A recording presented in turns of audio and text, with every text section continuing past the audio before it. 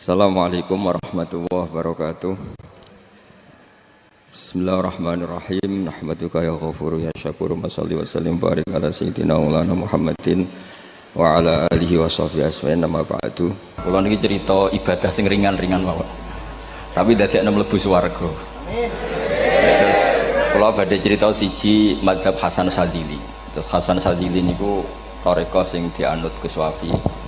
Kula nggih beberapa kali dapat ijazah saking Mbah Mun, saking bapak kula. Di antaranipun nggih pesen teng Gus Wafi, sebagian lewat kula ziarah teng Baruzak nggih. Baruzak Termas. Abdul Hasan As-Sadzili nate pas teng dalem ditamoni pemuda. Pemuda niku ngrudu. Di kampung kami banyak maksiat, di kampung kami banyak kesalahan. Niku sepundi? Jawab Abdul Hasan As-Sadzili niku ringan. Sehingga mboten sragen. Contohnya mboten sragen. Sakjane nggih persis, tapi zaman niku dereng ngeten sragen. Kok tenggen kula kathah maksiat ngeten-ngeten. Jawab Abdul Hasan As-Sadzili enteng ngoten. Man ahabba alla yu'sawaha fi ardi alla yu'sawahu fi ardi faqad ahabba alla tadhara maghfiratu wa alla tadhara syafaatuhu sallallahu alaihi wasallam. Dadi wong bayangno donya ora ana salah iku padha karo ora kepengin roh ghafure Allah Subhanahu wa taala. Mulane mazhab Sadzili paling bandel, ngurusi wong bandel paling bandel ya mazhab Sadzili.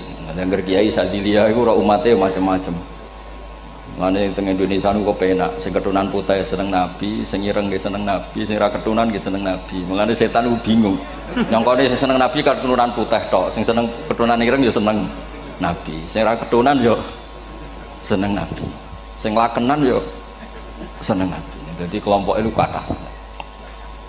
Ini penting kalau aturakan mergi madhab Sadzili ini ku pancen dados pembanding madhab Sayyid Abdul Al-Haddad. Madhab Abdul Hasan As-Sadzili ini yang paling masyhur diriwayataken dening Shahibul Hikam. Mergi Ibnu Athaillah As-Sakandari muridé Abdul Abbas Al-Mursi, Abdul Abbas Al-Mursi muridé Abdul Hasan sinten Asy-Syadzili. Niku madhab ingkang bener-bener jadi pembanding. Mergi teng bab husnudzon niku beliau itu pakar. Orang itu bisa yarjuwa hawal yaumil akhir. Orang itu bener-bener dibikin nyaman mbek Allah mbek Rasul. Misalnya ngeten, sampean sowan Allah iku kudu arep-arep disangoni. Kena arep disangoni berarti nganggep Allah iku medhit. Mulane tomak niku penting. Tapi mbek pangeran aja mbek wong, tapi mbek pangeran mbek. Dados limangka yarjuwa hawal yaumil akhir. Riyen niku zaman kula alit. Niku anggere ana santri lunga iku sangku sak umbalan. Mergo yakin kiai iku nyangoni. Lho diyakini nyangoni iku keren, berarti diyakini lomo. Lha kok yakin mlebu neraka, berarti nganggep Allah gak Rahman Rahim. Lan yakin mlebu napa? Swarga. Mok modal urun maulid sak dina ora urun malah entuk. Terus niki rontok-rontok salah tapi muga-muga itu sepuro pangeran. Nggih wau. Nek sampean bener niku sifat ghafuri Allah nganggur, nggih. Kerhane efektif ana sing salah. Mulane wonten cerita wonten tiyang teng multazam donga ya Allah kula paringi mboten nate salah. Niku jawabe pangeran fa'ena adhu ghufra. Wong ora tau salah sifat ghafur iku nganggur. Niki cerita sing sampean aja niru kula. Niki cerita ilmu. Niku mazhab Abdul Hasan apa? Asy-Sadzili. Benten madhabe Sayyid Abdul Al-Haddad itu jalure khauf. Jadi dosa gede apa cilik? Ora ana gede ora ana cilik. Kowe aja delok sing mbok dosani, aja delok dosane tapi delok sing mbok dosani iku sapa. Misale Gus Wafi ngutus santri teng mriki, "Cung, tukokno rokok." Rokok itu barang makruh misal. Mestinya kan santri oleh bantah, niki kiai ku piye to barang makruh kok kon nuku. Tapi masalahnya kan arah dituruti ya gelo tenan. Jadi ojo delok kongkonan itu penting ra penting, tapi mukhalafah itu sababul fir. Misalnya kados kula niki teng mrikan wonten botol minuman. Cung pindah rene itu kan barang sepele. Terus sampean takok urgensinya apa ya harus dipindah. Iku santri mangkelno to ora? Ya dipindah wae, pokoke penting nurut. Iku cara pandang Sayyid Abdul Al-Haddad. Ki aja geman bantah pangeran senajan to perintahe sepele. Piye-piye mukhalafah ngono iku jenenge Nah cara Abdul Hasan As-Sadzili nggih boten barang gede mbek cilik kudu ana bedane, wong ana kabair ana saghair. Mosok WA janda beda mbek goncekno ya kudu beda. Wong WA tok kok padha mbek napa? goncekno iku kudu beda, kudu ana sawair, kudu ana napa? Kabair. Tapi cara Sayyid Abdul Haddad mboten ndelok sing mbok maksiati iku sapa. Sehingga khazanah kita niki penuh dengan ilmu. Lantas wonten bab ijtihad. Ijtihad niku ruangannya luas sekali. Ya kula bolak-balik nyontokno. Kula sakniki kan jare wong akeh kiai gedhe. Jare wong akeh kula niku kiai gedhe. Nek diundang manakipan tangga yo bingung. Ora teko sawangane kiai gedhe sombong diundang wong cilik ora teko. Teko iku mahjubno kiai sing ora tau pahayu. Kuwi bingung. Nyatane kula ora teko nggih do matur nuwun Gus. Athok kula mboten lakon. Nah kula teko kan mesti ordere teng kula mboten. Cara sing tok pitik gedhe nggih kula, salam templek gedhe nggih kula. Berhubung kula ora teko ngresikane tiyang kathah. Saiki misale ten takok, kiai gedhe diundang musala cilik kesunatan teko apa makruh teko? Cara ijtihad, cara sampean makruh teko napa kesunat? Kula misale diundang ning Sragen ning musala Penceng. Kula niku sunat teko napa haram teko? Haram ya bener lagi haram ya. Setuju haram. Mergo mahjubno ya haram setuju. Itu istihad. Istihad itu ranahnya itu karena nggak bisa ditebak. Istihad itu nggak bisa ditebak. Kalau gak ada cerita kata tentang istihad, niki betapa umat Rasulullah umat sing bejo, pilihan-pilihan istihadnya dibenarkan. Masyhur tenggene cerita Bani Quraidah. Nabi ngendikan engkau kue jogeman sholat asar kecuali sampai neng kampung Bani Quraidah. Ternyata kurang 2 kilo atau 3 kilo matahari itu mau terbenam.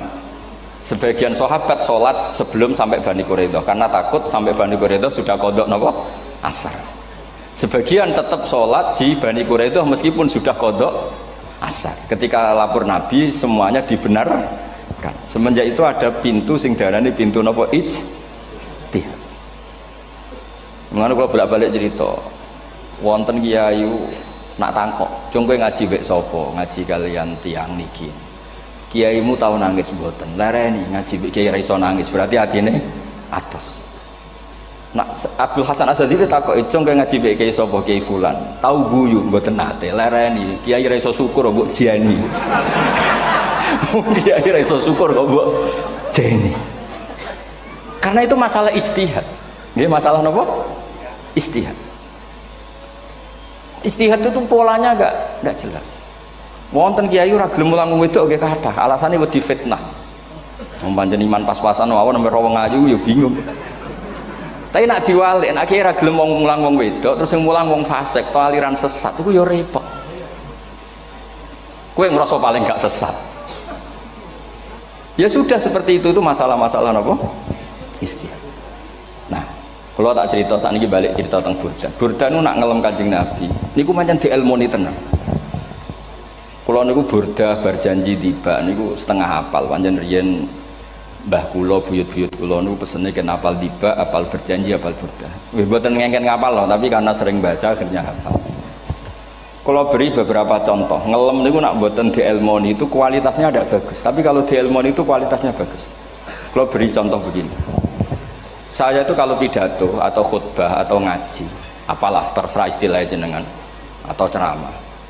Biasanya kalau seneng istilah ngaji, niku mesti ikuti sing gampang mawon. Wa ala alihi wa sahbi ajmain.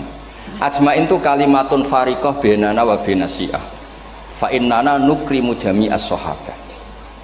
Ajmain itu kalimatun fariqah, kalimat pembeda. Kita ahli sunnah wal jamaah akramu jami'as sahabat. Ada kelompok sing akramu sahabian wa ahanu sahabian akhir. Sehingga ajmain itu harus kita baca. Itu karena itu kalimatun fariqah, kalimat pembeda. Kata-katanya hanya ajmain. Begitu juga berjanji. Berjanji itu nak ngelem Nabi niku wa ba'du fa'aqul wa Muhammad bin Abdullah bin Abdul Muttalib wasmu Syaibatul Hamdil Humidat Hisaluhu Saniyah. Karena ketika Rasulullah memaklumatkan jadi Nabi itu problemnya itu nasabnya siapa? Orang-orang yang di Palestina, di Israel, di Yordan, di Syam kalau dulu itu alamatnya Nabi itu harus turunan Ibrahim. Ibrahim sementara orang Syam menurut pengetahuan orang-orang Yahudi Syam. Maka saya berjanji menunjukkan dulu kalau nasabnya Muhammad itu ini. Terus sampai warafuhu ilal khalili Ibrahimah, terus ila dzabih Ismailan nisbatu wa muntama. Terus setelah itu terus beliau ngendikan wa adnanu bila raibin inda dzabil ulumin sabiyah ila dzabihi ismail nisbatu wa mun. Terus ketika berjanji di Karang itu sudah ada faham-faham yang seakan-akan babahnya Nabi itu ada masalah. Terus beliau ngendikan, ini Syaibatul Hamdi, Sayyid Abdul Muthalib itu orang yang ketika buka Ka'bah, buka Zam-Zam, saurip-uripnya muji pangeran. Terus banyak lagi wasumi'a fi sulbihin Nabi sallallahu alaihi wasallam dzakarallaha ta'ala walab. Mbah yang ini bahkan dengar ketika Nabi masih di punggungnya membaca tasbih. Terus sampai fa'azim bihi min ikdin ta'allaqat kawakibud durriyah wa kaifala wa sayyidul akramu sallallahu alaihi wasallam wasitatuhumun. Nabi itu orang suci, makanya harus lewat rahim yang suci, harus lewat bapak yang suci, mbah yang suci, sampai ila khalilir rahman Ibrahim alaihis salam. Makanya terus dinagumkan nasabun tahsibul ula bikhulau, terus tarokus sifaha falam yusibhum aruhu min adami wa ila abihi wa ummihi. Karena kabeh sonal ismihi, semuanya itu untuk menjaga asmane Nabi Muhammad sallallahu alaihi wasallam. Kemudian Burda membentuk itu dalam bentuk nazuman. Misalnya beliau ngendikan Rasulullah itu mutiara. Jadi ketika dakwah berpola ya baik, ketika tidak berpola juga baik. Beliau cara muji Nabi faddurru yasdatu husnan wa huwa muntazimun. Namanya mutiara ketika diuntai pasti sangat indah. Tapi terus-terusannya itu wale sayang kusu qadran ghairu muntazimi. Tapi namanya mutiara, mbok berserakan pun tetap indah. Jadi unik. Berarti ketika beliau muji Nabi dakwah tertib pernah. Sholat tuh harus begini, harus begini, harus begini. Beliau sholatnya tumakninah tertib.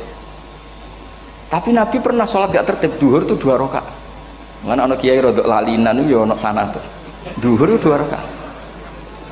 Tapi barokahnya Nabi duhur 2 rakaat diketahui cara sholat kalau salah itu gimana. Umpama Nabi sholatnya bener terus, itu akan kesulitan kita solusinya ketika ngalamin apa? Kesalahan. Makanya Nabi ngendikan ma kuntu ansa walakin unas sali as-sunnah. Itu mestinya ratau lali, tapi didesain lali biar bisa jadi sunnah. Wonten tiyang salate sawi maca surat Baqarah. Wonten tiyang badhe njupuk wedhuse lah cara Indonesia. Bareng kesuwen piyambake mufaraqah.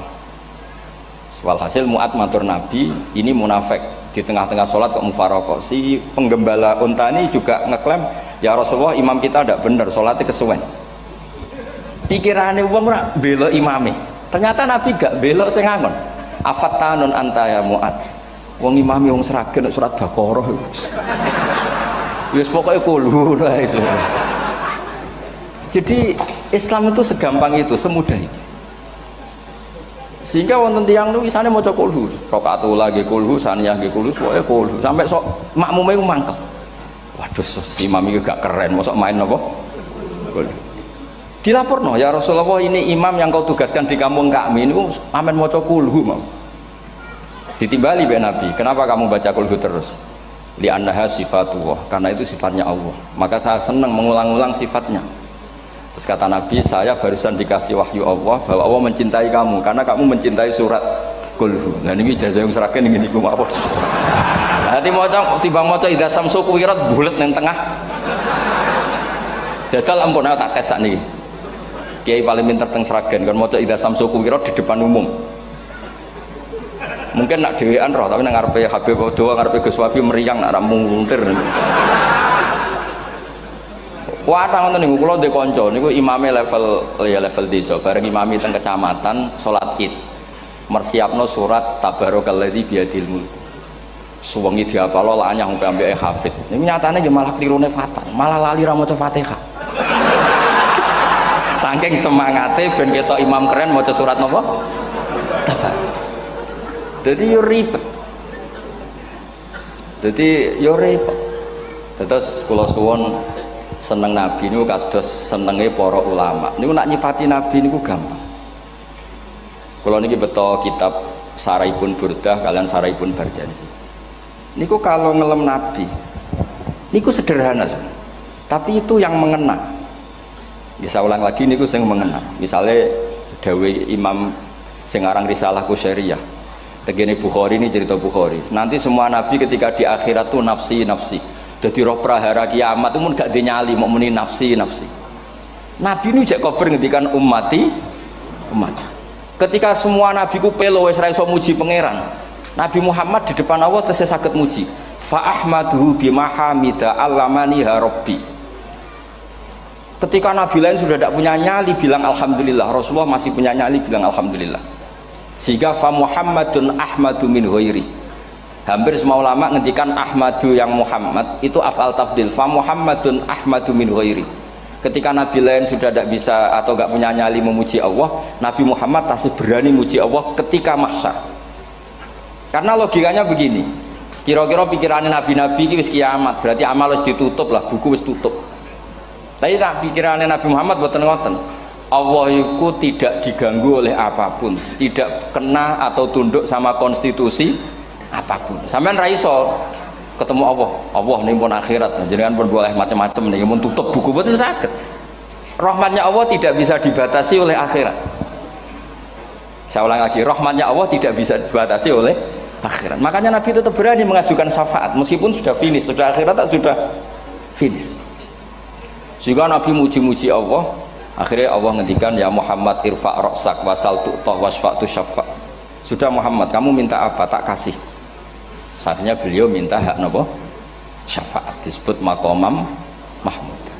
Lan ini kula waos kitab kersane orisinil niki betapa sayangi Rasulullah sallallahu alaihi wasallam teng kita. Ketika nabi lain tidak punya nyali kecuali mikir dirinya sendiri, jadi aku punya ngendikan nafsi-nafsi, Nabi Muhammad masih gak ada nyali ngendikan apa ummati. Itu bukti bahwa nabi itu nggak pernah nggak mikir umatnya. Wala sawfa yu'tika rabbuka apa? Fatar. Ini nabi cek jawab, fa la ardo wa wahidun ummati finnar. Kalau engkau memberi saya sampai saya puas, maka saya tidak puas dan satu dari umatku masih menjadi ahli napa? Neraka. Ini kalau waos nak sampean orang nangis ya kebablas ya. Ini cerita betapa Rasulullah Shallallahu Alaihi Wasallam. Niki jarang tiang maos niki kalau waos kersane tambah mahabbat dengan Rasulullah Shallallahu Alaihi Wasallam. Dados niki kalau cerita ketika Rasulullah ketemu pangeran teng Sidratil Muntaha, niku diredaksekno burdah. Nggih, diredaksekno burdah fakhusta kulla fakharin ghaira mustarakin. Engkau mendapat kehormatan yang tidak tersaingi. Fakhusta kulla fakharin ghaira mustarakin. Jadi engkau mendapat kehormatan yang tidak akan tersaingi. Wa justa kulla maqamin ghaira mustahami. Atau wakhusta kulla maqamin ghaira mustahami. Dan engkau mendapat satu derajat yang enggak mungkin tersaingi. Mustaham itu enggak tersaingi lah. Walhasil ternyata derajat itu apa? Gini ku ketika Rasulullah ketemu Allah Ta'ala teng Sidratil Muntaha niku Sayyidah Aisyah radhiyallahu anha tangklet, ya Rasulullah mal ladzi auha ilaika rabbuk idz qala fa auha ila abdihi ma auha. Qala ya Aisyah aturidina anta alami ma la ya'lamuhu Jibril wala Mikail wala nabiyyun mursalun wala malakun muqarrabun. Nggih, Aisyah, bagaimana mungkin kamu tanya sesuatu yang bahkan Jibril itu tidak tahu, Mikail itu tidak tahu, dan semua malaikat yang dekat maupun nabi yang jadi rasul semuanya tidak tahu hubungan saya, kedekatan saya dengan Allah membicarakan apa. Niku sing dimaksud burdah kaima tafuza biwaslin ayya mustatarin, wonten sing maca ayyi mustatarin anil uyuni wasirin ayya muktatamin. Jadi nabi ketika ketemu Allah di Sidratil Muntaha itu ada misteri yang hanya nabi yang tahu. Nabi niki ibu-ibu harus bangga, Sayyidah Aisyah jenenge bojo wanita tanglet. Ambek nabi itu sing ngeles. Itu rahasia yang Jibril saja tidak tahu, Mikail saja tidak tahu, masa kamu tanya? Niki khase wong putri ini. Ya Aisyah, as'aluka bi Abi Bakrin ila ma a'lam tani. Gimana cara Jawa tak kadak nomor tuamu nak gak gelem cerita. Terus kunane kuno niku nggih wong wedok niku saged ngancam. Jadi kamane wis ngancam. Aku lapor bapakku, aku digo muleh sampean ra bojo kabare. Ya rada ribet njenengan ngadepi wong wedok niku lagi ribet. Terus faqala akhirnya Nabi cerita, tapi ya tentu tidak semuanya diceritakan. Inni lama kuntu qaba qausaini qultu Allahumma innaka adzabta al-umam ba'duhum bil hijar wa ba'duhum bil masih. Oh ya, ini halaman 63 62 teng kitab Khasyatul Bajuri alal Burdah. ya kitab Hasyatul Bajuri alal Burdah. Ya Allah, engkau menyiksa umat-umat sebelum umat saya, sebagian bil hijarah wa ba'dum bil mashi wa ba'dum bil khosfi. Fama anta fa'ilun bi ummati, lalu yang akan kau lakukan untuk umatku itu apa?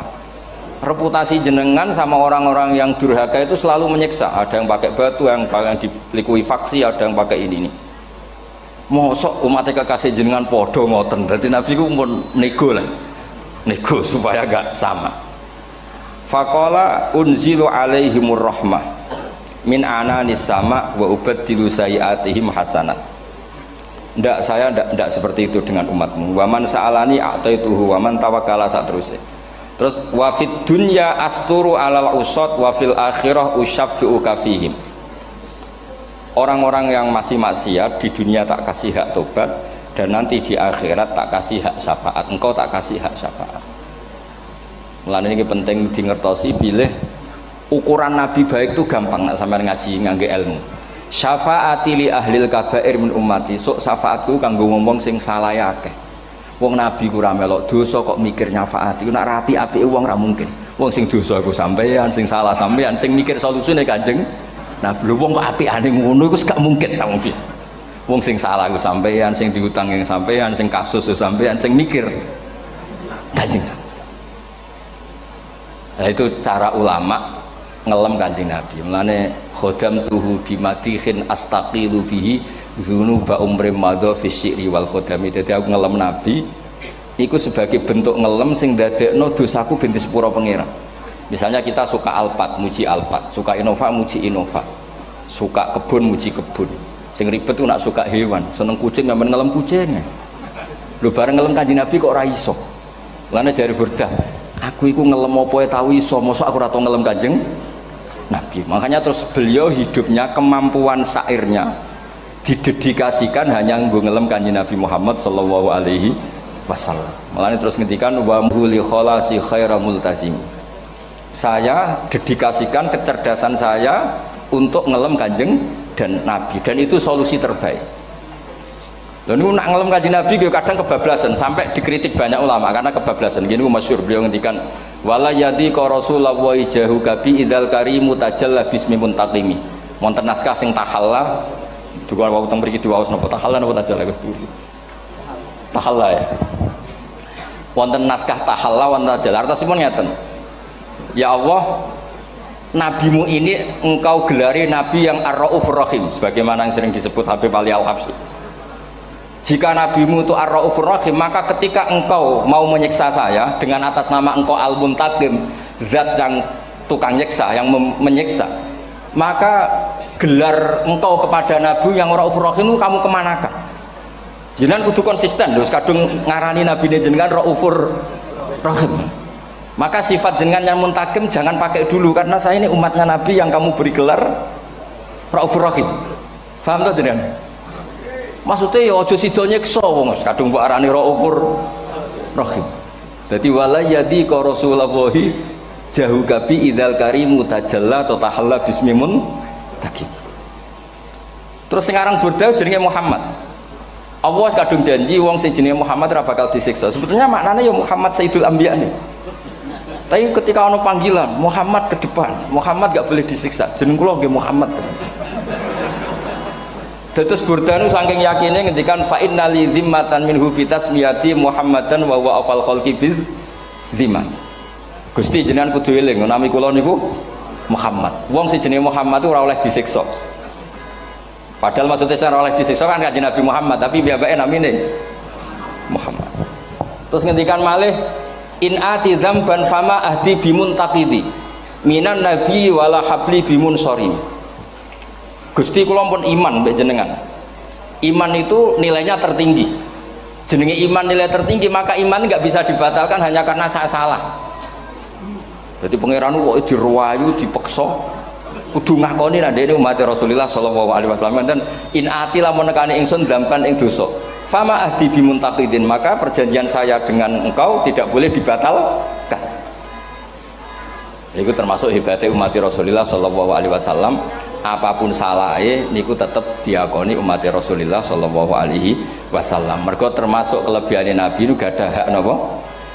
syafaat. Nggih eling-eling termasuk kelebihane Nabi uga ada hak napa syafaat. Meskipun kita tetap khawatir jenenge dosa nggih istighfar, tapi aja dadi putus asa mergo napa in anti dzamban fama ahdi bimuntaqidhi minan nabiyyi wala habli bimun sharim. Terus niku cerita-cerita madhe ulama teng Rasulullah sallallahu alaihi wasallam. Mereka milih kata-kata sing wong apik eling terus. Nggih eling terus. Wau kados wau fadurru yasdadu husnan wa huwa muntazimu wa laysa yang kusu qadron ghairu mun. Jadi dulu tuh pernah ada faham-faham sing cara zahiri hadis iku abai nabi itu seperti ini cara zahiri hadis. Tapi ahli sunnah wal jamaah terus di pendapat bapake nabi babe nabi iku min ahlil jannah. Mergo apa? Wa kaifala wa sayyidul akramu sallallahu alaihi wasallam wasitatul muntaqah. Nabi itu orang suci, pasti lewat rahim-rahim yang suci. Minal aslabi thahira ilal arhamiz zakiyatil fakhira. Itu logika yang dibangun. Sehingga terus mantep baru kayak wau mau sedibak mau sebar janji kiyakinan wong Islam an-nabi min abihi wa ila jaddi wa ila jaddi jaddi sampai Adam niku kabeh tarokus sifaha falam yusibhum aruhu min adami wa ila abihi wa ummi. Begitu juga masalah iman. Soal misalnya ada pertanyaan ilmiah, lalu Ibrahim gimana? Karena nanya Azar itu kafir.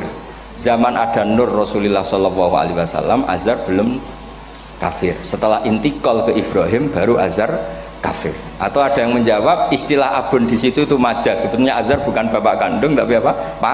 Paman. Selalu ada jawaban ilmiah dari ulama-ulama ahli sunnah wal jamaah. Tapi kalau pesen teng jenengan, sementing niku mau sedibak berjanji nopo burdan itu ada 1-2 bait yang jenengan tahu maknanya, sehingga nanti kualitas mahabbah kita, kualitas kecintaan kita pada Rasulullah Shallallahu Alaihi Wasallam niku tambah. Misalnya ngeten, kula kan nekuni tafsir ya, ada ayat rubama yawaddul ladzina kafaru law kanu muslimin. Niku hampir semua mufassir konsensus sepakat jengben nak wong Islam mlebu neraka. Niku sampean kudu donga, nak mlebu neraka muga-muga jejer wong kafir sing kecangkeman. Niku dinyek. Jarene iman nekani mau oleh jutene neraka padha wae aku. Apa meneh misale sampean hafal Quran jejer wong sing ora hafal, jare kapit kok ora mlebu napa? Neraka. Kudu ana sing ngenyek. Mergo Allah nu tersinggung sakwise ana wong sing napa? Ngenyek. Akhirnya Allah tersinggung. Niku sing diceritakno tiba. Wa izzati wa jalali la ja'altu man akhlasa li bisyahadati kaman kadzdzababi adkhiluhumul jannata bi rahmati. Ora iso wong dekne tauhid apapun salahe wong dekne ndek tauhid ora ngarah dadi ahli neraka selawase kaya wong kafir. La ja'altu ora bakal gawe sapa ingsun man akhlasa li bisyahadah orang yang tauhidnya benar kaman kadzdzababi sebagaimana orang yang tidak bertauhid sama saya adkhiluhumul jannata bi rahmati. Padahal Allah dilapuri malaikat, malaikatnya kira diprovokatif. Malaikatnya lapure wajadnahum asrafu ala anfusihim wa wajadna amalahum minadz-dzunubi ka'amsalil jibal. Jare pangeran wis timbang seputi Gusti, wanane salah tok. Reputasine salah tok. Ghairu annahum yasyaduna alla ilaha illallah wa anna muhammadar. Niku jawabe pangeran wa izzati wa jalali la ja'altu man akhlasoli kaman kadzdzababi adkhiluhumul jannata bi rahmati. Nah, lafat-lafat seperti ini kita akan punya harapan ketika ndelok umat sing carane iman tesih blepotan, carane salat cek blepotan, carane zakat cek blepotan. Kita selalu punya harapan barokahnya iman, barokahnya mahabbah ning Rasulullah sallallahu alaihi wasallam, mereka tambah hari tambah baik. Jangan beragama yang tidak punya harapan, karena agama ini bagi yang punya harapan. Dimangka yarjuwa wal yaumal akhir, bukan yang tidak punya harapan. Wong Kanjeng Nabi sekaruan Nabi orang terbaik dilarani wong Taif, disiksa wong Mekah. Niku malaikat usul kula siksane ya Rasulullah karena mereka menghina kekasih Allah. Mereka ada iman. Nabi masih punya harapan. Mungkin mereka ada iman. Tapi asawah ayyukhrija bal arju ayyukhrijawah min aslabihim may ya'budu wa la yusyriku bihi syai'an. Anak bapak orang iman, aku cek di harapan anak putune iman. Dan sedekah Rasulullah sallallahu alaihi wasallam. Saniki kata bapak era poso, anaknya melok TPQ, barang poso juk gendong, akhirnya bapak izin melok poso. Bapaknya maca Quran ra tau, bapaknya nekani wisuda anaknya hafid. Mana bapaknya ora kena dibentuk, ya arep-arep napa? Anaknya. Nah anaknya ora kena dibentuk ya arep-arep putune nganti Imam Mahdi turun ngoten mawon. Pokoke agama niki limangka nayarjuwa wal yaumal akhir. Terus kula suwun sak napa madzhab Abdul Hasan Asyadzali. Nggih pancen madzhab niku kathah, tapi kula suwun agama teng zaman akhir dawuh Mbah Mun kudu kathah rojae. Nggih mergi walladzina amanu asyaddu hubbal lillah. Dawuh Imam Ghazali ar-roja yuqaddam alal khauf. Mergo roja dadekno mahabbah. Orang yang punya harapan itu lebih mudah mahabbah. Dan hubungan kita dengan Allah itu hubungan mahabbah. Ini ku walladzina amanu asyaddu hubbal lillah. Saman roh anake nawakal kok hubungane putus asa, mesti maksudno. Tapi nek hubungane iso wae saiki nakal so ben gak. Iso wae saiki goblok so ben gak. Senajan to so ben ra terbukti lah, penting hidup itu ada harapan. Guys, penting hidup itu napa? Ada harapan. Kata ulama ngendikan afdhalul ibadah intizarul farad. Apa-apa ibadah selalu punya napa? Harapan. Terus Indonesia yang seperti ini kita berharap akan lebih baik, akan lebih baik. Wong cilik kula niku sing jilbaban mau keluarga ketok. Sakniki kathah tiyang napa? Jilbaban. Cilik kula tiyang salat di masjid nggih mboten serame sekarang. Sampeyan ra iso grutu, tapi salat tok tapi atine ngene-ngene. Wah ya ribet nak ngoten sampeyan nyoal ideal nggih ribet. Pira-pira gelem napa? Pira-pira purun napa? Salat purun teng masjid. Sampeyan ndak usah memaksa ideal, wong kita ndak pernah napa? Ideal. Terus kula suwun cerita-cerita teng tiba teng berjanji bahwa Nabi sahibus syafa'ah. Nabi nu tiyang sing peduline napa ummati. Jadi ketika Nabi lain mboten gadah nyali ngadepi hisab, ngene iku do muni nafsi, Nabi tesih gadah nyali mikir umate ngendikan mati. Carane apa? Muji pangeran bimahamida allamani ha rabbi. Lane dawuh iki teng ulama-ulama dawuh fa Muhammadun ahmadu min ghairi. Makanya summiya Muhammadan mergo li annahu satu wasammihi idza wada'atihi Muhammadan li annahu satu madun apa? Ubbah wa summiya Ahmad li annahu ahmadu min ghairi. Niku hampir semua ulama ngendikan ketika teng mahsyar semuanya Nabi gak punya nyali untuk matur minta sama Allah mergo wis kiamat berarti wis nis Nabi tesih gak ada pikiran Allah itu tidak terhalangi oleh kiamat, Allah tidak terhalangi oleh akhirat, Allah tidak bisa dihalangi apapun, sehingga Nabi tetap wani njaluk pangeran. Berarti mujine Nabi ku lebih tok karena tahu Allah itu tidak terbatasi. Nah karena Allah tidak terbatasi, podo-podo Allah wapian, wis tak jaluk kanggo umatku sing mati alat tauhid. Berhubung Nabi ngoten terus Allah ngendikan ya Muhammad irfa ra'sak napa wasal tu'tah wasfa tusaffa. Muhammad kepala kamu angkat, kamu minta apa saya turutin. Terus Nabi minta hak napa syafaat. Seseorang bertobat. Dulu umatnya Nabi Musa ada yang menyembah anak sapi, ijel itu, harus tobat. Itu tobatnya ekstrim betul. Kalau tobat sekarang kan cukup istighfar sama istighosah. Kalau dulu enggak, liyak tulal bari umingkum al mujrima, yang terbebas dari dosa menyembah anak sapi, membunuh yang terlibat atau pernah menyembah anak sapi. Makanya ayatnya apa? Fatubu ila bari'ikum faqtulu anfusakum. Ya, jadi orang-orang yang pernah menyembah anak sapi itu tobatnya apa? Faktulu anfusakum. Sebab itu semua ulama berkewajiban menerangkan nasa mansuh. Sampai Sayyidina Ali suatu saat ada mubalek atau ustadz itu ngajar di masjid, ditanya, kamu tahu nasa mansuh enggak? Enggak tahu. Terus kata Sayyidina Ali, berhenti jadi mubalek, lisensinya dicopot. Dicopot, kemudian halakta wa ahlakta, kamu rusak juga merusak. Kenapa demikian? Logikanya begini, semua nabi itu kan panutan. Saya ulang lagi ya, semua nabi itu panutan. Tapi kalau kamu tidak tahu nasaman, so jangan-jangan kamu ikut nabi sebelum kamu, yang nasahnya itu syariatnya sudah apa? Mansukhoh, sudah di nasah. Itu kayak kasus Sunda Wiwitan ini. Itu gak mau punya Nabi Muhammad karena kurang keren, kurang sepuh. Nabinya langsung Nabi Adam. Resikonya adalah beberapa aliran sesat itu, aliran yang kurang benar itu, zaman Nabi Adam kawinan otomatis sama saudaranya. Lalu masa sekarang kita membolehkan kawin sama apa? Kalau sama Nabi Adam mau tidak mau. Karena yang cowoknya ya bin Adam, putrinya binti Adam. Lalu Allah bikin satu sunnah yang suami istri itu harus beda, yaitu satu kandungan itu melahirkan satu pasang. Dan mulai dulu memang pasangannya orang jelek itu orang cantik. Makanya agak sial itu yang perempuan-perempuan itu. Memang mulai dulu gitu. Kalau cantik itu kesunatannya dapat jelek. Ya. Nanti sama-sama masuk surga. Karena yang cowoknya ibadahnya syukur, yang ceweknya sabar. Ya. Itu nanti sama-sama. Nah kebetulan si Qabil itu ganteng sekali Qabil. Berpasangan dengan Labuda itu jelek gembrot, pokoknya tidak cantik.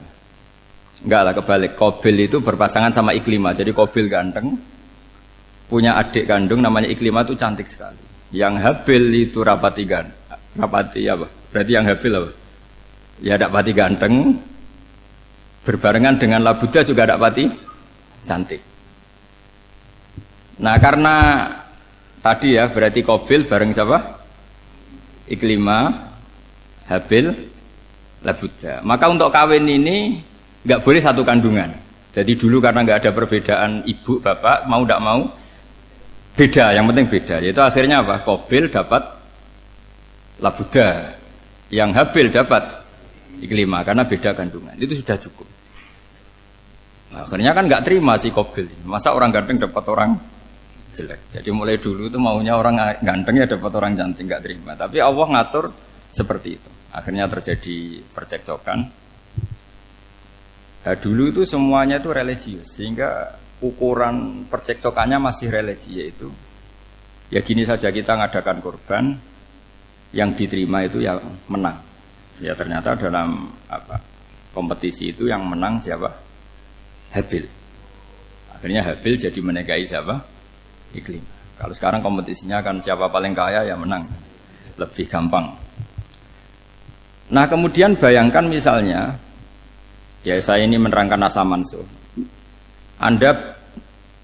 Kita semua sering ngomong, sering berkoar-koar, sering menyarankan atau mewajibkan para nabi itu panutan dalam semua perilakunya. Ternyata ada beberapa perilaku yang sudah dinasakh atau dihapus ketentuannya oleh syariatnya Rasulullah Shallallahu Alaihi Wasallam. Maka mengenali asa mansuh itu keharusan dalam ulumul Quran. Ya. Makanya Allah mengatakan apa? Manansakh min ayatin aw nunsiha pasti na'ti bi khairim minha aw misli. Jadi saya nerangkan nasakh mansuh itu dua sesi. Satu sesi antar nabi, dua di internal syariatnya apa? Nabi. Sekali saja hari ini tok, sudah setelah itu anggap pinter sudah. Kalau sudah jangan tanya lagi.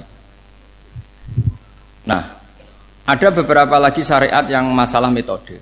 Dulu Nabi Nuh itu dibolehkan oleh Allah saking mangkelnya sama orang kafir.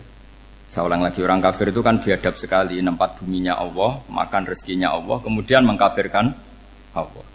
Pikirannya Nabi Nuh, orang biadab gini nggak layak hidup, itu pikirannya Nabi Nuh. Kalau dia pakai militer, tidak punya militer, ya pakai langit akhirnya. Pakai kekuatan langit, beliau berdoa, Rabbi la tazar alal ardi minal kafirina dayyar. Innaka intazarhum yudillu ibadaka wa la yalidu illa fajirong kafar. Ya Allah, mereka ini orang-orang kafir, padahal pakai bumi engkau, pakai rezeki engkau, matikan semua saja. Jangan sisakan satupun. Karena kalau masih sisa, nanti anak turunnya ya gitu. Gennya gendo ya pasti melahirkan gendo. Gen, wala yalidu illa fajirong kafar. Kalau kamu sisakan pasti melahirkan generasi gendo lagi, kafir lagi. Dituruti sama Allah. Kecuali orang 80 yang ikut Nabi Nuh. Nah orang 80 yang ikut Nabi Nuh ini selamat karena iman. Maka generasi yang sekarang ini termasuk saya semua ini semuanya turunan orang iman. Maka kita ini punya dua status.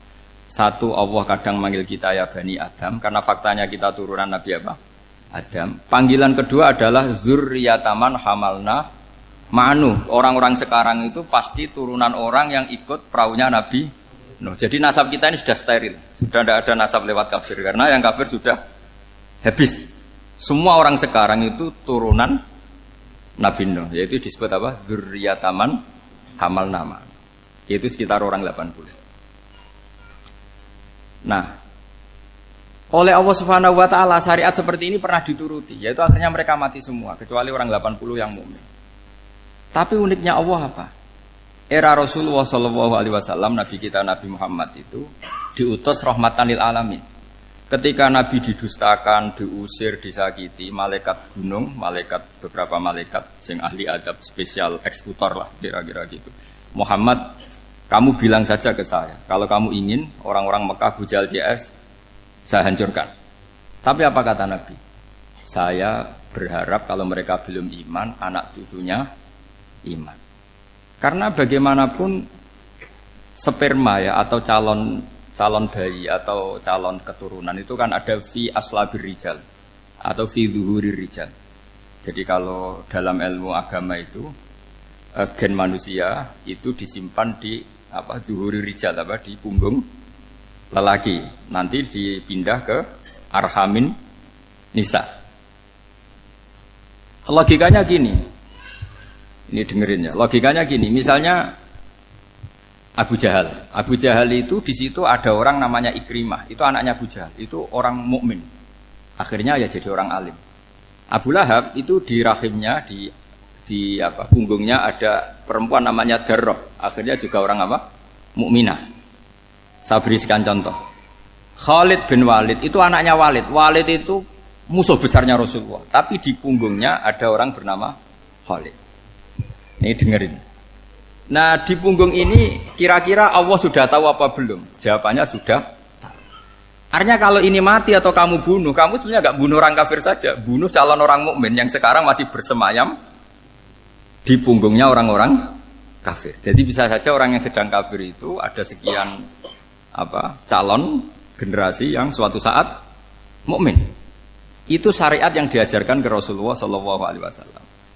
Karena kasofnya Nabi, kasof itu satu kondisi di mana seorang Nabi itu dipertontonkan sesuatu yang nggak kelihatan. Itu dalam bahasa Arab kasof atau mukasyafah. Nabi dipertontonkan ternyata banyak orang kafir yang di punggungnya itu ada calon generasi mukmin atau muslim. Akhirnya Nabi nggak berani. Jangan bunuh. Mungkin bapaknya ada iman tapi anaknya iman. Betul, Abu Jahal punya anak Ikrimah, Abu Lahab punya anak Darroh, Walid punya anak siapa? Walid. Itu mirip seperti kita, bapak era sholat, anak ETPK sholat, akhirnya bapaknya katut sholat. Banyak nggak di Indonesia, bapaknya tidak bisa baca Quran, anaknya hafid. Nah, itu kalau bapaknya kamu habis, tidak ada yang meselin. Makanya biarkan hidup saja. Nah, artinya gini, andai kan tidak ada ulama yang menerangkan nasa mansuh, dikira syariat Nabi Nuh itu abadan mu'abbadat, selamanya lama. Sehingga main teror sama orang kafir sah berdasar Nabi Nuh, padahal kita sudah ganti Nabi, yaitu syariatnya Rasulullah Shallallahu Alaihi Wasallam. Masyhur itu ketika Nabi ngendikan, saya tidak minta mereka dihukum, tapi ya Allah saya minta Allah mahdi qaumi fa innahum layak lamun. Mereka kafir itu karena tidak tahu. Sehingga ada periode. Loh kalau perang itu beda, perang itu konteksnya duel, itu tidak harus sama Abu Jahal, Abu Lahab. Ada penjahat mau bunuh kamu wajib perang nggak? Wajib. Penjahatnya meskipun Muslim apa harus kafir? Meskipun muslim. Maka kata ulama fikih sebetulnya perang duel itu bukan syariat muslim sama kafir tok. Masih muslim sama muslim, misalnya ada orang mau merkosa istri kamu, terus dia pamit gini, saya muslim loh, beri hak loh. Enggak bisa. Saya penjahat loh, muslim. Jadi kamu enggak boleh merangin saya, ngelawan saya. Saya kan muslim. Enggak bisa, tetap harus dilawan. Makanya kata ulama-ulama fikih, pertarungan sama musuh itu tidak harus sama orang kafir. Orang muslim pun yang mengganggu kehormatan kita, misalnya mau merkosa istri Anda, itu harus dilawan. Makanya Nabi ngendikan mangkutila duna mali fahuwa syahid, mangkutila duna harimi fahuwa syahid. Orang yang mati karena membela kehormatan keluarganya atau hartanya, maka dia mati syahid. Dan penjahat yang mati ini muhaddarun damu, diabaikan sehingga enggak kena kisos, pembunuhnya enggak kena. Misalnya ada penjahat mau bunuh kamu duel, menang. Kamu nggak kena kisos karena ini muhaddarun damu, diabaikan kehormatannya. Padahal dia muslim, apa? Muslim. Ini perlu. Jadi ini mengaji ini agak jelimet tapi gampang. Kan kalau paham nggak paham selesai, jadi nggak baca selesai itu. Sehingga kalau nggak ada nasa mansuh, maka orang selalu berpikir, pokoknya sementing ikut Nabi. Nah itu bahayanya kalau Anda tidak tahu detail, jangan-jangan syariat yang kamu ikuti itu syariat yang sudah berstatus mansukhoh, telah dicabut. Dan itu banyak. Makanya kata Sayyidina Ali ketika ada orang ngajar gak tahu nasa mansuh, halakta wa ahlakta, kamu rusak dan merusak orang lain. Seperti tadi pernah ada kawin itu satu turunan, yaitu era Nabi Adam. Masa kita sekarang kawin sama satu turunan, kan gak mungkin. Ya kan, pernah ada membumi hanguskan orang kafir, yaitu syariatnya Nabi Nuh. Itu dihapus oleh syariatnya Nabi Ibrahim dulu. Yaitu Nabi Ibrahim menghentikan apa? Faman tabi'ani fa innahu minni wa man asani fa innaka ghafurur rahim. Ya, kalau orang ikut saya ya Allah ya pasti golongan saya. Kalau yang masih maksiat, masih balelo, saya berharap engkau ampuni. Akhirnya banyak orang kafir tobat. Coba era Rasulullah itu semua orang kafir Mekah itu kafir. Nabi belum wafat. Itu sudah ada 114.000 mukmin semua. Jadi Nabi menangi mayoritas orang menjadi mukmin dari mayoritas kafir, yaitu disebut wara'aitan nasa yadkhuluna fi dinillahi afwaja. Andai kan Nabi Muhammad pakai syariatnya Nabi Nuh, bisa enggak ngislamkan orang sebanyak itu? Enggak bisa kan?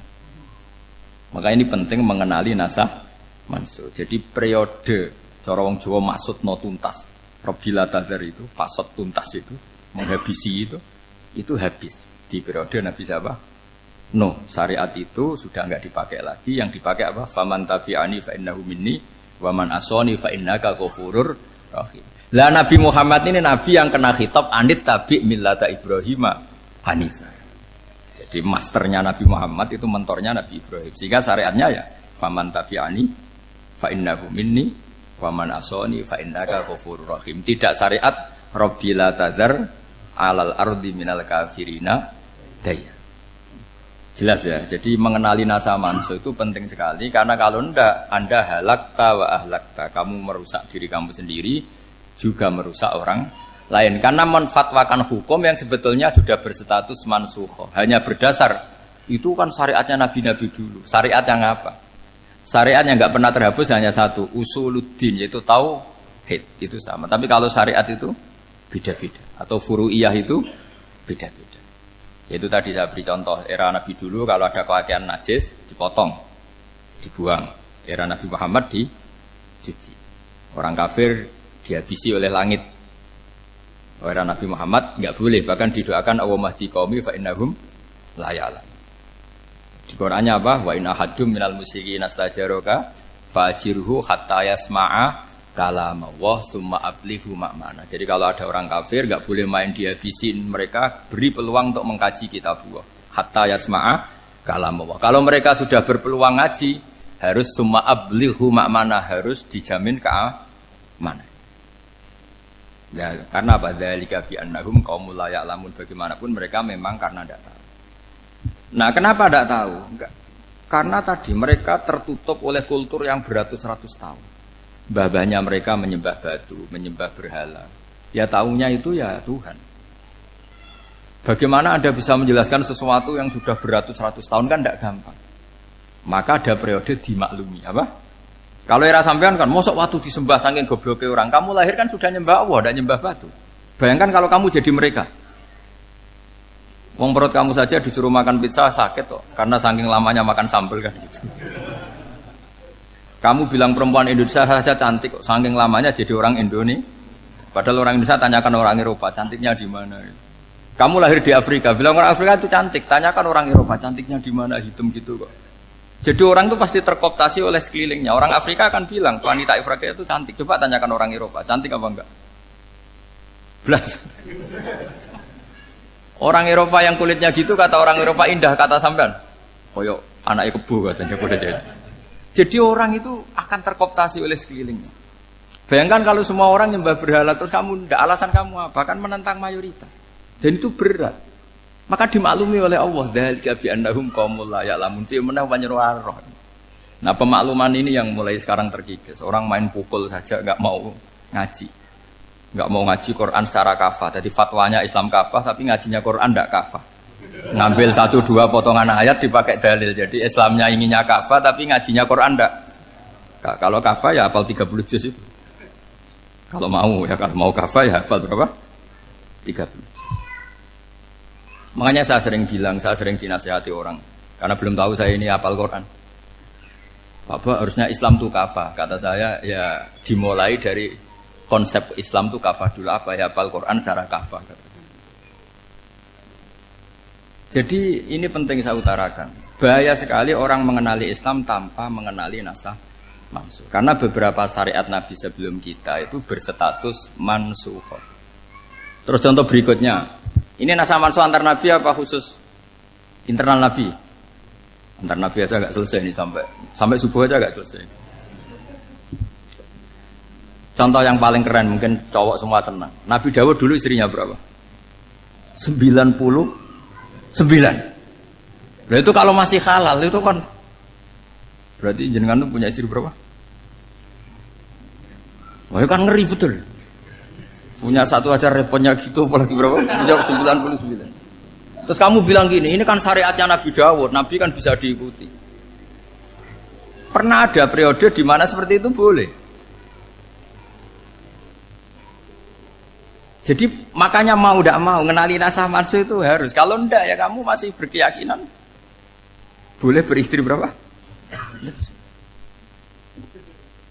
Nah ini penting saya utarakan. Makanya Sayyidina Ali itu kalau ngetes calon mubaligh, kira-kira kalau Kemenak dulu inginnya apa? Sertifikasi apa? Mubaligh. Itu tanyanya gitu. Ta'rifun an-naskha wal mansukh, kamu apa tahu naskah mansukh? La. Jawabnya Sayyidina Ali, halak tahu ahlak tahu, kamu orang yang rusak. Karena tadi takutnya ada syariat yang sudah mansukh dipakai. Itu tadi misalnya kita ini tidak umatnya Nabi Nuh, tapi pakai syarat Robbila tadar alal ardi minal kafirina. Terus ketiga begini, misteri manusia itu. Dan ini kita tidak pernah tahu sampai kiamat, tapi ini ilmu harus kita diskusikan. Misalnya saya ini namanya Bahauddin. Saya sekarang hidup sampai 2019 sekarang. Kan hanya Allah yang tahu berapa turunan saya sampai kiamat dan statusnya kayak apa. Donald Trump juga gitu. Donald Trump itu sekarang kafir, tapi kita tidak pernah tahu nanti turunan keberapa ada yang Muslim. Lah turunan yang calon Muslim ini diletakkan di mana kita tidak tahu. Yang jelas kalau kamu bunuh itu katut itu. Artinya gini, logika membiarkan orang kafir itu ya ada logikanya. Gitu. Logika membunuh karena mereka mau membunuh kita ya ada logika fikihnya, karena kalau kita ada membunuh dibunuh. Makanya semuanya hukum ini terus bergantung al-hukmu yaduru ma'ilatihi wujudan wa'adam. Di sini terus dipertemukan. Makanya semua nabi itu kalau yang namanya membunuh pasti pas perang saja, karena ini kondisi yang memang pilihannya hanya dua, kalau nggak dibunuh ya membunuh. Ada duel lah. Maka ini butuh kajian fikih dan orang nggak boleh subjektif dalam hal ini. Saya ulang lagi, tidak boleh subjektif. Karena tadi, orang yang kamu katakan sekarang misalnya Zaid, kamu itu bodoh sekali. Kenapa bodoh? Nggak hafal Quran, nggak pernah kuliah, nggak pernah ngaji. Ternyata Zaid ini bersemayam calon anak yang alim alama hafal Quran. Namanya Umar, tapi masih jadi sperma. Suatu saat Zaid itu punya anak alim alama. Kan banyak orang nggak bisa baca Quran punya anak hafid. Banyak nggak di Indonesia? Banyak nggak petani yang punya anak dekan? Petani punya anak dekan. Yang dekan punya anak naik kelas saja susahnya bukan main. Banyak kan? Nah ketika dibalik nanti ada dekan punya anak goblok, yang petani punya anak dekan pinter mana? Kita tidak pernah tahu. Makanya ini kan ya sudah, kalau nggak pernah tahu ya bilang saja wallahu alam, kan selesai. Daripada keminter keliru kan ada wallahu alam. Makanya cerita favorit guru saya, Kiai Haji Maimun Zubair itu punya apa namanya Kiai Zubair. Itu cerita favoritnya itu ada santri namanya Soleh. Soleh itu alim alam. Orang Madura itu cara berpikir kan kalau kiai saja alim seperti itu, apalagi bapaknya. Pas bapaknya main ke pondok, santrinya ada ribuan. Bapaknya main ke pondok itu, sholat itu ya nggak bener, nggak sesuai sunnah Rasul lah kira-kira gitu. Sudah sholat itu nggak bener, apa nggak bener. Masih ditakwil sama santri Madura karena orang Madura itu kultus. Mungkin khilaf itu satu khusus, pokoknya perlakuan khusus. Suatu saat saking bodohnya orang itu, kenceng tuh pinggir musola. Wah ini nggak bisa ditakwil lagi, akhirnya nggak bisa ditakwil tuh nggak. Wah ini sudah nggak bener ini, nggak bener. Singkat cerita santri tadi nggak kuat matur ke kiainya, Pak Yai, jenengan sealim itu kok bapaknya segoblok itu. Kenapa? Ya, dia kenceng pinggir musola. Oh bapak saya tuh pinter sekali. Kok bisa? Karena beliau yang memutuskan saya mondok sampai saya jadi alim alama seperti ini. Yang bodoh itu mbah saya. Yang bodoh itu mbah saya kan.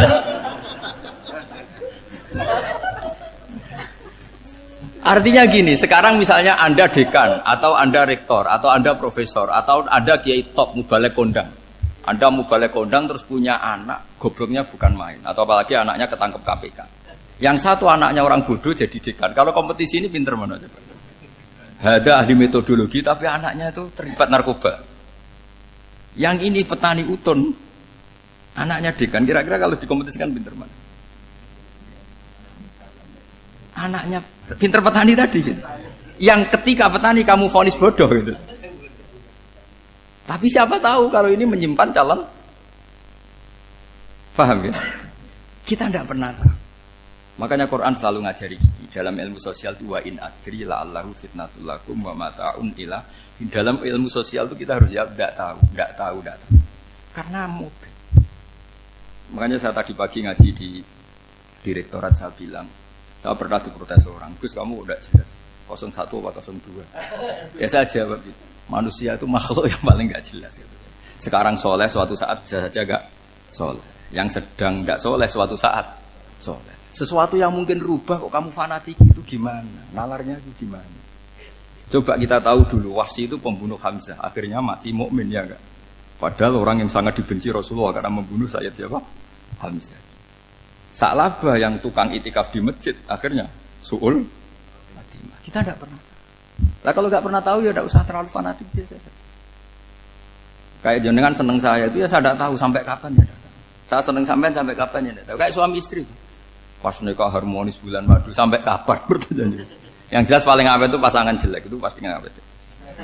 Makanya jadi guyonan tuh. Pasangan itu jangan baik-baik gak awet. Kalau jelek itu awet. Ternyata maksudnya cantik sama ganteng. Itu suatu saat pasti jadi jelek. Yang jelek sama jelek pasti jelek terus. Makanya jadi guyonan. Kalau pasangan jelek itu awet katanya. Tapi kalau pasangan baik, ternyata baik wajahnya itu pasti gak awet. Suatu saat pasti jelek, tapi yang jelek awet, karena mulai dulu ya jelek sampai gitu. Awet jeleknya maksudnya bukan.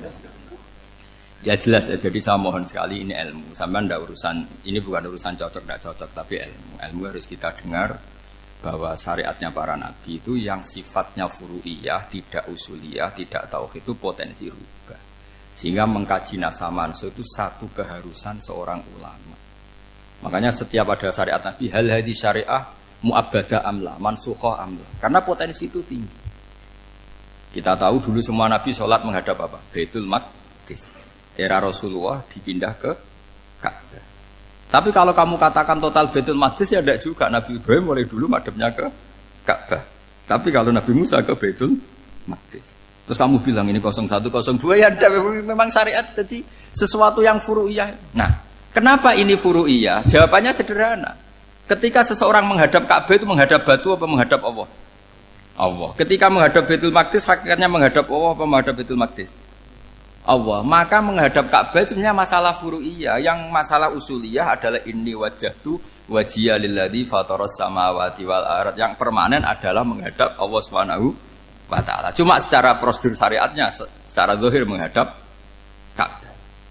Maka potensi rubah karena ternyata itu furu'iyah. Untuk kiblatnya itu furu'iyah. Yang permanen adalah menghadap ke Allah Subhanahu wa taala. Ini penting ya. Jadi terus sekarang masih antar nabi apa di internal nabi? Ini sudah mau selesai waktunya, sudah habis ini. Internal. Ini sudah selesai, ini sudah pas ini. Mohon Pak Anda. Oh. Jam sudah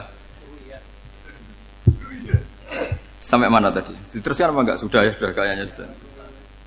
Biar kelihatan cerdas terus. Sekali pertemuan sudah pinter gitu. Berapa? Setengah jam sudah pinter. Yang internal Nabi apa antar Nabi? Internal ya, sudah sekarang ke internal. Kalau internal lebih banyak lagi contohnya.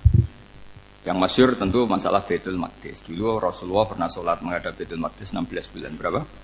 16 bulan, kila 17. Pokoknya khilafnya hanya 16 dan 17. Kalau ada bilang 10 bulan berarti gak pernah ngaji. Khilafnya, karena khilafnya itu hanya 17 sama 16. Akhirnya sama Allah diminta, disuruh menghadap ke Ka'bah. Saya ulang lagi, itu tetap masalah antar nabi sebetulnya. Begini, Makom itu kalau dalam bahasa Arab bukan kuburan. Kalau di Indonesia kan makomnya Sunan Bonang itu kan kuburan. Kalau makom dalam bahasa Arab itu sesuatu yang pernah dipakai singgah, itu namanya apa? Makom. Lalu Rasulullah itu pertama di Medina itu madhep Baitul Maqdis itu 16 bulan. Orang Yahudi senangnya bukan main. Sampai mereka bilang gini, Muhammad tuh gaya-gaya nantok punya agama baru, tapi kiblatnya ikut kita. Baguslah anak itu katanya, masih tahu diri katanya. Bagus katanya itu masih tahu diri. Jadi senangnya bukan main orang Yahudi. Karena kiblatnya Muhammad sama dengan mereka. Ya tentu mereka jangkar Muhammad, bukan Sayyidina Muhammad atau Rasul Muhammad, karena mereka masih gak iman. Nabi itu ya agak tersiksa karena beliau secara gen turunan Nabi Ibrahim dan kiblatnya Ibrahim itu Ka'bah. Agak tersiksa tapi sami'na wa ata'na tetap madhab ke Baitul Maqdis berapa? 16 bulan. Suatu saat Nabi Muhammad itu disuruh madhep Ka'bah. Ini dengerin. Akhirnya madhep ke Ka'bah. Apa yang terjadi? Orang Yahudi komentar gini, Muhammad itu gimana? Dia di perantauan, rindu sama keluarganya. Terus rindunya itu diaplikasikan jadi perilaku agama. Jadi dia madhep Ka'bah, dianggap kangen. Kayak saya kan orang Rembang. Rembang itu apanya Jogja? Timurnya apa? Nggak, Jakarta itu mana Jakarta itu? Barat sana ya? Ibaratnya saya orang Jakarta, terus merantau di Jogja. Dulu kiblatnya itu menghadap ke timur. Terus ketika madhep ke barat kata sampean, wah itu padune kangen apa? Keluarga. Juga kurang ajar orang Yahudi.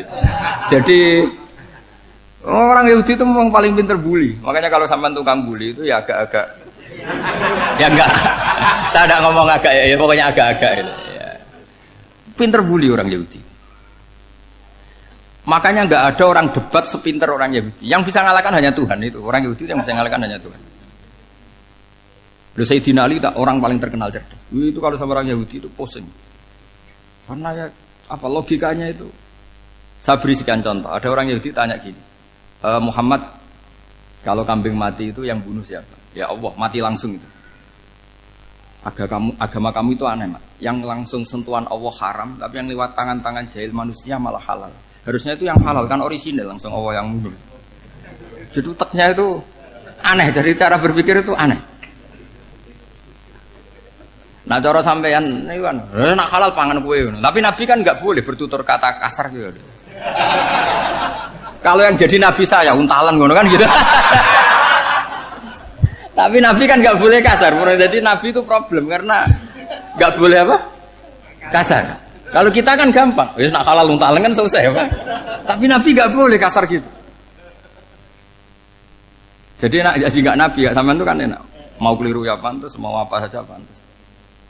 Karena kan nggak panutan. Kalau Nabi nggak bisa meluruskan kebenaran itu harus tetap sesuai akhlak. Ya jadi agak kerepotan. Makanya punya Umar alhamdulillah ada yang nggak perlu aturan itu. Jadi enak. Jadi ya itu memang aturannya harus itu. Coba Nabi itu perang tapi nggak boleh bunuh. Kayak apa susahnya? Beliau jadi sasaran tembak tapi nggak boleh bunuh. Kalau sahabat kan enak, duel, merilah, santai, bisa tarung. Kalau Nabi nggak boleh. Makanya Nabi meskipun ikut perang terus gak ada sejarah orang yang dibunuh. Ya, hanya satu peristiwa itu pun dibaca orang kafir, ditangkis Nabi, pedangnya kembali ke dia mati. Tapi gak ada yang Nabi. Karena Nabi kalau pembunuh nanti itu terus kayak pendekar kan susah juga punya Nabi kok. Habis perang misalnya Nabi tanya, Muhammad habis orang berapa? 1000. Ya repot juga punya Nabi mantan apa? Pembunuh meskipun yang dibunuh orang kafir, tapi kan kayak apa ya? Fitrah manusia itu akan menolak kepemimpinan orang yang gitulah pokoknya nggak bisa diterangkan itu. Makanya Nabi itu nggak pernah bunuh, meskipun kayak apa musuhnya tapi nggak pernah bunuh. Untungnya di sekeliling orang-orang yang tadi. Jangan bilang tuh suka bunuh ya, pokoknya perang gitu ya. Perang dengan bunuh itu beda loh. Kalau perang itu fair apa? Fair. Sampai mana tadi? Nabi Ibrahim ya. Makom tadi saya ulang lagi. Nabi Muhammad menghadap ke Baitul Maqdis itu hanya Allah nuruti. Ini loh Nabi betul. Tahu betul bahwa di antara syariat adalah Baitul Maqdis. Karena semua Nabi pernah berkiblat Baitul Maqdis. Tapi Nabi ketika menghadap ke Ka'bah, Nabi juga dibilangin sama Allah. Ini loh syariat yang benar. Karena Ka'bah juga kiblat sing a'taku. Lebih tua ketimbang Baitul Maqdis. Maka disebut Ka'bah Atiqah. Ilal Baitil Atiq. Kalau Quran bahasakan Ka'bah apa? Wal yatawafu bil Baitil Atiq. Atiq itu tua sekali. Ya sudah. Ketika berstatus tua itu orang Yahudi seneng, mergo roh kelirune Muhammad. Mereka nantang, Muhammad ayo debat terbuka. Nabi rawuh. Bagaimana Anda bilang Ka'bah itu kiblat tertua? Wong Ka'bah itu pertama yang menghadap sana itu ya kamu. Semua Nabi menghadapnya ke Baitul Maqdis. Terus Nabi Muhammad mulai berargumentasi ilmiah tadi. Enggak, Ka'bah itu kiblatnya Ibrahim. Jadi Ibrahim dulu itu yang mulai dulu kiblatnya itu di Ka'bah. Terus orang itu tanya, buktinya apa? Terus dijawab, fihi ayatum bayinatum maqam Ibrahim. Ternyata di situ ada jejak kakinya Nabi Ibrahim, yaitu batu yang diinjak beliau ketika bangun Ka'bah. Itu argumentasi ilmiah. Lah bareng orang Yahudi kehilangan ilmu, itu gobloknya orang Yahudi. Makanya yang bisa mengalahkan Yahudi hanya Allah Subhanahu wa taala. Luang Ibrahim saja golongan kita, pengikut kita. Ibrahim itu pengikut Yahudi. Wah, itu Nabi mulai senyum-senyum, mulai tertawa-tawa. Wah, itu goblok, orang terdidik. Karena itu ibaratnya kayak kamu bilang Soekarno itu pengagum Puan Maharani. Kira-kira seperti itu. Soekarno itu pengikut Puan. Karena Yahuda itu Yahuda bin Yakub bin Ishak bin Ibrahim. Saya ulang lagi ya, nasabnya Yahudi ya Pak. Yahuda bin Yakub bin Ishak bin Ibrahim. Jadi Ibrahim itu mbah keempat dari Yahuda. Tapi karena mereka kalah debat, Ibrahim itu pengikut Yahudi, itu sama dengan bilang apa? Soekarno itu pengikut Puan Maharani. Itu kan jadi aneh. Atau Gus Dur pengikut Mbak Yeni, atau Basim Masari pengikut Mbak Yeni, itu kan aneh. Wah, akhirnya sama Allah diingatkan.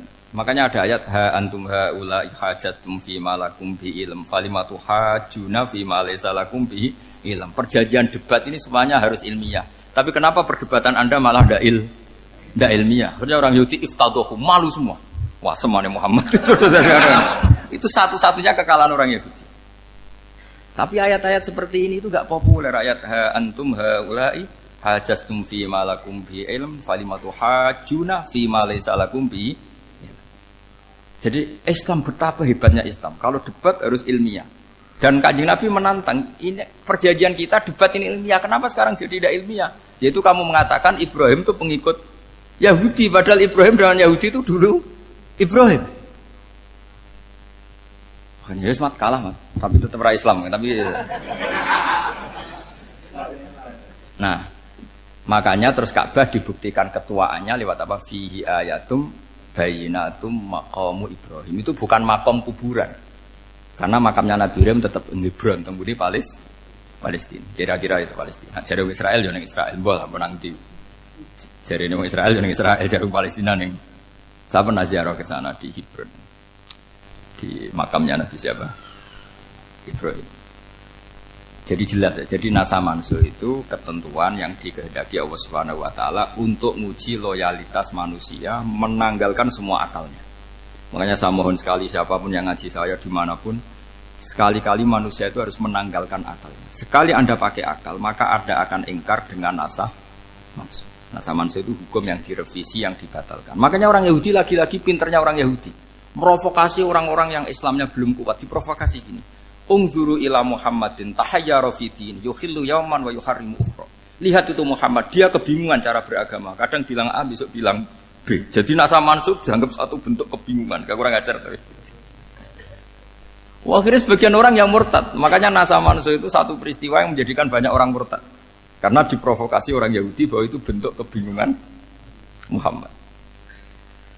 Akhirnya terus saya qulu sufaha minan nasi ma wallahum angqiblati mulati kanu aliyah. Nah, kelirunya orang Yahudi adalah ternyata nasa mansuh yang dipilih Rasulullah itu semuanya ada di Taurat dan Injil. Termasuk di Taurat dan Injil disifati dan Nabi yusolli ilal kiblatin, bahwa Nabi ini akan bersolat dengan dua kiblat. Makanya tetap ditantang. Qul fa'tu bitaurati fatluha in kuntum shadiqin. Kalau kamu tidak percaya bahwa saya ini orisinil, ayo bareng-bareng mengkaji Taurat. Tapi mereka tidak siap mengkaji Taurat. Karena Taurat semuanya mendukung Rasulullah Muhammad SAW. Fatluha in kuntum shadiqin. Makanya ini penting sekali ngaji. Jadi perdebatan itu macam-macam. Dan itu pinternya orang Yahudi. Ungzuru ila Muhammadin tahayyara fi dini yukhillu yawman wa yuharrimu ukhra. Ini penting sekali. Makanya nasa mansuh itu uji loyalitas. Itu Imam Malik kalau mencontohkan ke Imam Syafi'i. Saya berisikan contoh fikih. Ini saya melanggar waktu. Ini sudah berapa? Saya yang tidak mengesahkan diri saya. Ya misalnya ini ya, ini kertas sak bawa ya, ini kertas sak bawa. Terus ini tak kasih uang misalnya, uang 100.000. Atau kalau contoh Imam Syafi'i dulu dididik Imam Malik begini. Ya Syafi'i, kalau kamu punya 2 budak, 2 pembantu, kalau dulu kan masih ada budak, 2 pembantu lah kira-kira. Seneng mana, yang cerdas sama yang goblok? Seneng yang cerdas. Kalau yang nurut sama yang bantahan, seneng yang nurut. Lah yang nurut itu yang goblok. Makanya tinggal dibalik saja. Kamu tak beda ya. Seneng mana punya istri yang cerdas apa yang goblok? Coba jawab.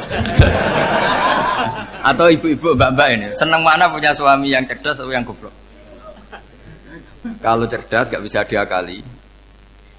Tapi goblok nurut tapi ya kadang di sini-sini kan di sini. Nah, itu kan antar manusia. Masalahnya kita menghadapi Allah Subhanahu wa taala yang semua kita pasti bodoh. Kita menghadapi Allah Subhanahu wa taala yang semuanya kita pasti bodoh. Allah jelas ngendikan wa kanal insanu dzaluman jauhlah, manusia itu banyak dolimnya. Dolim itu sifat mubalaghah. Kalau orang dolim sekali dolim, kalau sering zalum, kalau jahil biasa jahil, kalau banget jahili jahul. Bahasa Arab kan gitu memang. Ghafir pengampun biasa, kalau ghafur selalu mengampuni. Syakir, makanya sifatnya Allah Taala ikut wazan faul semua. Ghafur, syakur, atau diikutkan wazan faal. Kalau goblok biasa jahil, goblok banget jahal kan itu.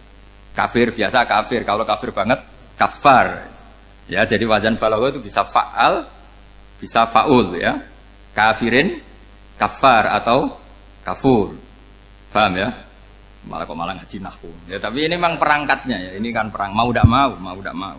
Makanya misalnya Allah tidak suka kulla kafarin banget kafir ya, Pak. Paham ya? Kulla khawanin banget khianate. Kalau khain khianat biasa, kalau khawan sering khianat. Alhamdulillah.